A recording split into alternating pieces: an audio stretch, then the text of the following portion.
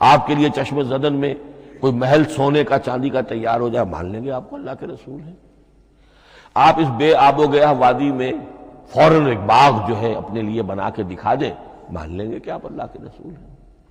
ایسے تمام مطالبات پر اللہ تعالیٰ کی طرف سے کوڑا جواب ملا، اللہ اس قسم کی کوئی شے نہیں دکھائے گا۔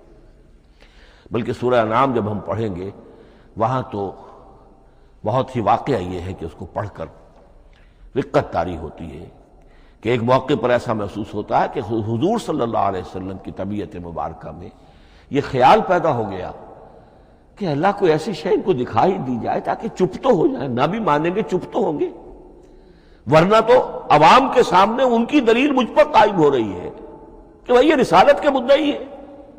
ہم کہتے ہیں معجزہ دکھاؤ، معجزہ نہیں دکھاتے، تو پوزیشن میری جو ہے کمزور ہو رہی ہے۔